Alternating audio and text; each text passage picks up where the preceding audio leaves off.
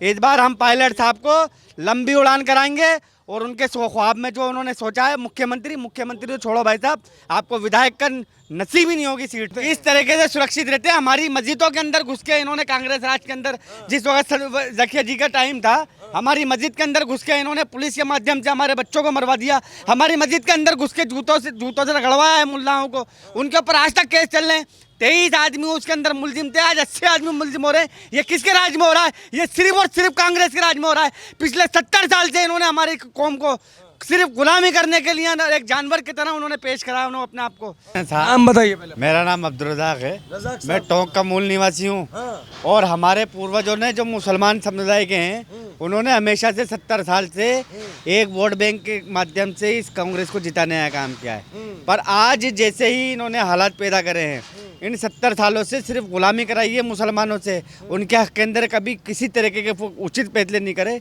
हमें दलित समाज से भी निचले वर्ग के अंदर लाके छोड़ा, ना हमारे शिक्षा के क्षेत्र में काम किया, ना ही किसी तरीके से हमारे हमारे महल्ले आप जाके देखोगे तो कचरा पात्र के आसार वहाँ पर दिखते हैं। सड़क गंदे नाले वहाँ पर खुले पड़े हुए हैं। बच्चे हमारे ढंग से जी नहीं सकते। सिर्फ और सिर्फ जिस वक्त नरेंद्र मोदी जी की सरकार जिस वक्त बनी, तो उनका एक सपना ये था कि मुसलमान के हाथ में एक हाथ में कुरान और एक हाथ में कंप्यूटर देने का काम मैं करूँगा, और उसके माध्यम से माइनॉरिटी जो मुस्लिम समाज हैं उनके बच्चों को छात्रवृत्ति की योजनाएं मिल रही हैं। आज अगर आप टोंक के अंदर देखेंगे तो लगभग 2000 से आवेदन ऊपर स्वीकृत हुए हैं प्रधानमंत्री आवास योजना के अंदर। उसमें से 1412 अल्पसंख्यक समुदाय के हैं, जो मुस्लिम समुदाय के मकान तैयार हुए हैं। जीता जागता सबूत मेरे खुद के फ़ोन के अंदर है। उनके मकान तैयार हो गए और उनके लिए आज जो है रहने की स्थिति ऐसी हो गई कि उन गरीब बच्चों के लिए पढ़ने की व्यवस्था है आज स्कूलों के अंदर। आज अगर मेडिकल कॉलेज की बात करते हैं, ये हर वक्त जब कोई बात आती है तो ये कहते हैं मेडिकल कॉलेज हमारे तरफ से। मेडिकल कॉलेज जो है केंद्र सरकार की योजना है। माननीय प्रधानमंत्री जी ने अभी पिछले ही महीने उसका उद्घाटन किया है। किस तरीके की विकास की बात करते हैं, और पायलट साहब जो बात कर रहे हैं विकास की, तो सिर्फ और सिर्फ 5 साल ठगने का काम करा है। इनसे मिलने के लिए पहले तो किराया लगा के 500 रुपये लगा के जाता है वहाँ पर जयपुर आदमी, और 3 मिनट के लिए इनके जो गार्ड हैं उस आदमी को उठा के बाहर फेंक देते।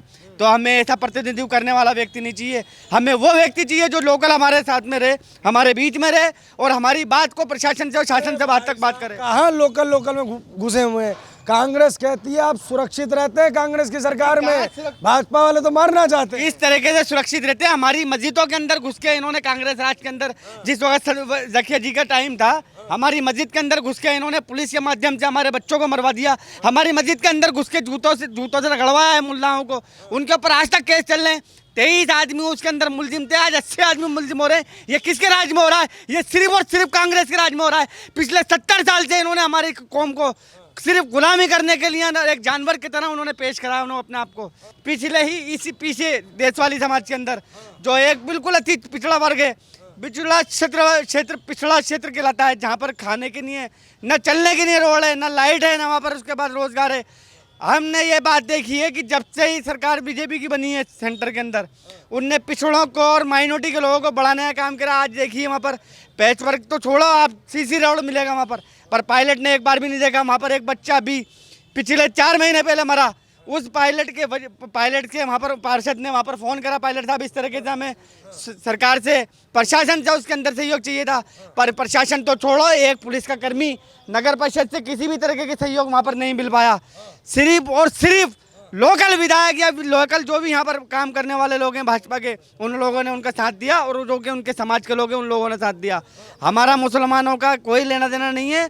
इस बार हम पायलट साहब को लंबी उड़ान कराएंगे और उनके ख्वाब में जो उन्होंने सोचा है मुख्यमंत्री तो छोड़ो भाई साहब, आपको विधायक का नसीब ही नहीं होगी सीट। हाँ भाई साहब, क्या कहना चाह रहे हैं? बिल्कुल सच्चाई बयान करी है मेरे भाई ने। और हालत यही है कि यहाँ पर किसी भी समाज को ले लीजिए, आज 54,000 वोटों से जीतने के बाद में 54 बार वो विधायक हमारे क्षेत्र में नहीं आता। और जिस वक्त नामांकन के लिए उसने आवेदन भरा, उसके बाद में वो टोंक छोड़ने को तैयार नहीं है। एक घर जा रहा है। आपको इससे पहले 5 साल में किसी का घर नहीं दिखा, कोई कार्यकर्ता आपको नहीं दिखा, कोई मौत मैयत आपको नहीं दिखी। आज क्या ऐसी ज़रूरत आ गई? आप तो राष्ट्रीय नेता हैं, आप इतने बड़े नेता हैं, फिर आपको ऐसी सीट चुनने की कहाँ ज़रूरत आ गई जहाँ पर आपको आपके समाज के वोट और आपके ससुराल के समाज के वोट ही हैं खाली? आप अगर कोई चुनाव लड़ना था तो आप ऐसी जगह लड़ते जहां पर आपकी जाति नहीं, जहां पर कांग्रेस बिल्कुल दयनीय स्थिति में थी, वो सीट निकालते तो हम आपको राष्ट्रीय नेता मानते। ये पहले मोदी का नाम लेके डराया जाता था मुस्लिम समाज को, अब योगी का नाम लेके डराया जाता है, काहे? देखिए सर, जैसी सोच उनकी है वैसी सोच दूसरों की नहीं रखते हैं। बुलडोजर चलेगा, जरूर चलेगा, उन पे चलेगा जो अपराधी होंगे, जिन्होंने घोटाले कर रखे होंगे, वो डरेंगे, हम नहीं डरेंगे। हम तो वोटर है सच्चाई पे चलने वाले। मुसलमान सिर्फ अल्लाह से डरता है, किसी को दूसरी कौम से नहीं डरता। और मुसलमान सजदा करता है अल्लाह के नाम पे, गलत काम नहीं करता। जो गलत करेगा उस पर बुलडोजर चलेगा, हम उसके पक्ष में, बिल्कुल पक्ष में। अजी साहब, हम उस व्यक्ति के खिलाफ है जो गलत काम करेगा, चाहे वो कोई सी भी बिरादरी का हो, कोई सी भी कौम का हो। जो गलत होगा वो बिल्कुल डरेगा और वो दूसरों को डराएगा, और वो अपनी सत्ता पाने के लिए हजार तक जाने के लिए तैयार हैं। कांग्रेस ने 70 साल से मुसलमानों को डरा के वोट लेने का काम किया है, कभी उनके पक्ष में काम नहीं किया। आज योगी जी ने जो यूपी के अंदर माहौल बनाया है, वो माहौल जिस जगह पे यूपी में हमारी जो बहन बेटियाँ थीं, रात को 9 बजे घर से बाहर निकलने से पहले परिवार ये सोचता था कि हमारी बेटी सुरक्षित घर पहुंचेगी नहीं पहुंचेगी। आज उस यूपी के अंदर उस महिला के ऊपर ऊंची उंगली उठाना और ऊंची नजर देखने की हिम्मत नहीं होती है, सिर्फ ये डर रहता है कि बुलडोजर आ जाएगा। अच्छा, कांग्रेस समर्थक कहते हैं कि यूपी में क्राइम ज़्यादा है, दबा देते हैं, राजस्थान में तो बिल्कुल क्राइम नहीं। अजी साहब, बिल्कुल राजस्थान में इस वक्त चरम सीमा के ऊपर क्राइम है। आप अगर देखेंगे तो दलित समुदाय के ऊपर क्राइम, अभी बच्चियों का बलात्कार, दलितों को मारने का अधिकार इनके पास में है। कुएं पे जाके पानी दलित समाज नहीं पी सकता। ये किस तरीके की तुष्टीकरण की राजनीति चला रही है। एक तरफ मुसलमानों पे कानूनी कार्रवाई होती है और फिर उन्हीं से जो है पायलट साहब जैसे व्यक्ति आने के यहाँ पर जो है वोट मांगने का काम करते हैं। कोरोना के अंदर जो अभी ये भाई ने बताया कुरैशी समाज का, वो कुरैशी समाज के जितने भी व्यक्ति घर में बैठे हुए थे, एक सिर्फ और सिर्फ छोटी सी गलती के कारण 5000 व्यक्तियों के ऊपर मार पिटाई की कार्रवाई पुलिस ने की। क्या हमारा प्रतिनिधित्व करने वाला व्यक्ति सवाल नहीं कर सकता उस आदमी से? 49 दिन महिलाएं वहाँ पर 18 महिलाएं जो है, जिसमें गर्भवती महिला थी, 8 महीने की गर्भवती महिला 49 दिन जेल में रही है। मैं कहता हूँ नालत के हमारे जो है आपको शक्ल नहीं दिखाना चाहिए टोंक के अंदर। अच्छा, मुझे एक बात बताइए, राजस्थान का मुसलमान योगी मोदी पर क्या सोचता है, बेसिकली योगी पर क्या सोचता है, क्योंकि योगी की चर्चा ज़्यादा हो? देखिए, योगी जी एक महंत है, और महंत वही काम करेगा जो धार्मिक सही होगा और जो जनहित में सही होगा। हम जो है योगी जी को बिल्कुल सही ठहराते हैं, और हम ये देखना चाहेंगे कि अगर माननीय प्रधानमंत्री जी की जो दूसरी सीट है वो योगी जी के आन के बैठे तो बेहतर है। मतलब ये है कि डर और भय का जो वातावरण 70 साल से बना रखा है, हम चाहते हैं देश से ही खत्म हो जाए। बिल्कुल देश से खत्म हो जाए। उसके लिए क्या चाहिए? उसके लिए हमें बिल्कुल सपोर्ट करना पड़ेगा, और माइनॉरिटी इस बार जो है बीजेपी के समर्थन में, हम राज्य नहीं देश हित में काम करेंगे। योगी के लिए सेकंड सीट क्या कह रहे हैं? सेकंड सीट का मतलब ये है कि अगर हमारे वैसे तो हम चाहेंगे ये कि जब तक दुनिया रहे, जब तक मोदी रहे, अगर मोदी जी के नहीं रहने पे योगी जी रहे, मतलब योगी प्रधानमंत्री बिल्कुल बनना चाहिए। बिल्कुल बनना चाहिए। ऐसे लोगों के ऊपर जो चोटते हैं, घोटाले करके हमारा हक का पैसा खा के हमें गड्ढों में चलने की नहीं मजबूर करते हैं, हमें गंदगी में रहने की नहीं मजबूर करते हैं, हमें शिक्षा से दूर करके हमें ठेला पकड़ाने का काम करते हैं। योगी जी के नहीं, मोदी जी का सपना भी योगी जी पूरा कर रहे हैं। एक हाथ में कुरान शरीफ, एक हाथ में कंप्यूटर। तो मदरसों का जब वो करवाते हैं, मदरसों के अंदर भी जो है आज जो है कंप्यूटर पढ़ाया जा रहा है माननीय प्रधानमंत्री जी मोदी जी की देन से। हमें मदरसों के अंदर खाली छात्रवृत्ति दे के, पोषक आहार दे के, पढ़ाई के नाम पे अंगूठा दिखाया है।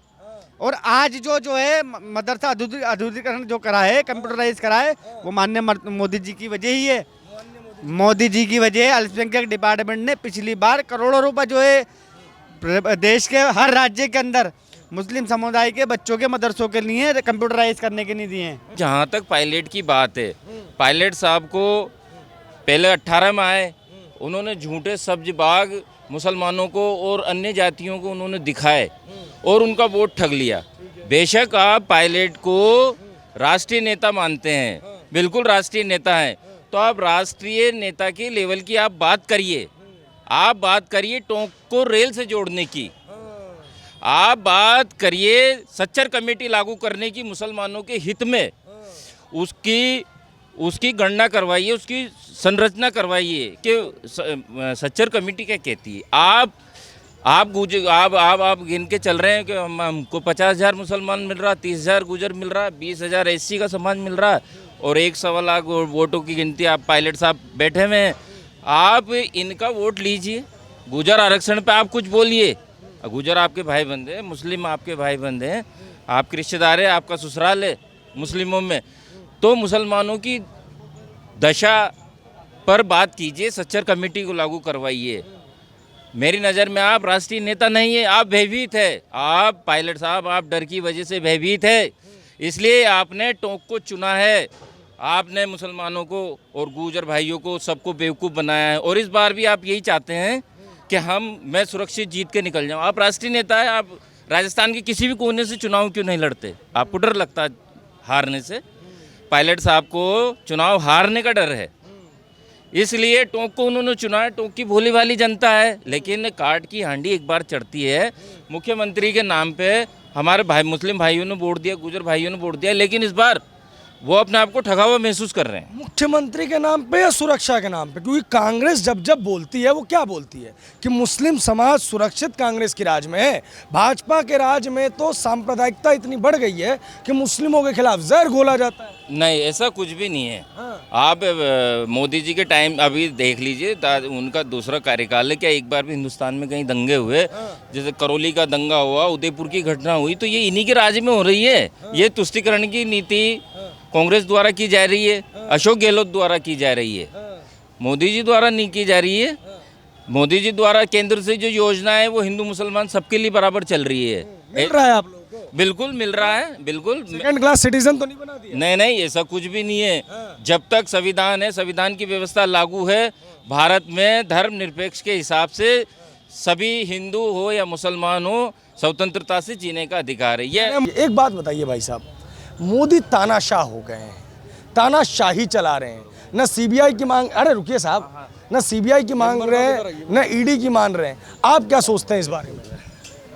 किस तरह का तानाशाह की बात कर रहे हैं हम? कांग्रेस कहती है ना तानाशाह हो गए हैं। कुछ नहीं, जो इन्होंने पिछले 5 साल से सरकार बना के हर तरह के जो घोटाले करें, उस सब डर रही है सरकार। गहलोत के कैबिनेट मिनिस्टर, यानी वर्तमान में जो है इनके पार्टी के अध्यक्ष, इनकी पार्टी के अध्यक्ष जो है गोविंद सिंह डोटासरा साहब के जिस वक्त ईडी के आने की भनक पड़ी तो पसीने पसीने छूट गए। क्यों छूट गए साहब?